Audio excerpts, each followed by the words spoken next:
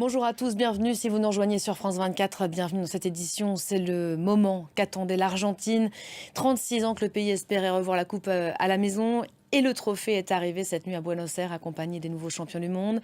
Lionel Messi et son équipe ont immédiatement rejoint le centre d'entraînement où ils vont se reposer encore quelques heures. Voilà, on vous fera vivre dès 15 heures, heure de Paris, donc ces festivités en direct ici même à France 24. Après un mois d'après négociation, un mécanisme temporaire pour plafonner les prix du gaz, un accord a été trouvé pour plafonner les prix de gros. Ce dispositif adopté par les ministres européens de l'énergie vise à bloquer les transactions sur les marchés.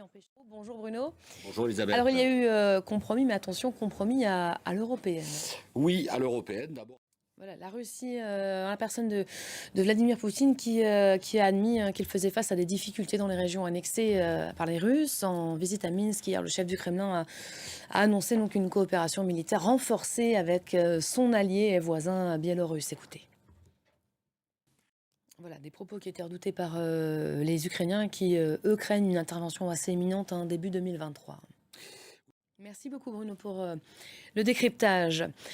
La France et l'Irak co-organisent aujourd'hui une conférence en Jordanie, deuxième édition d'un sommet qui s'est tenu l'an passé déjà fin août à Bagdad.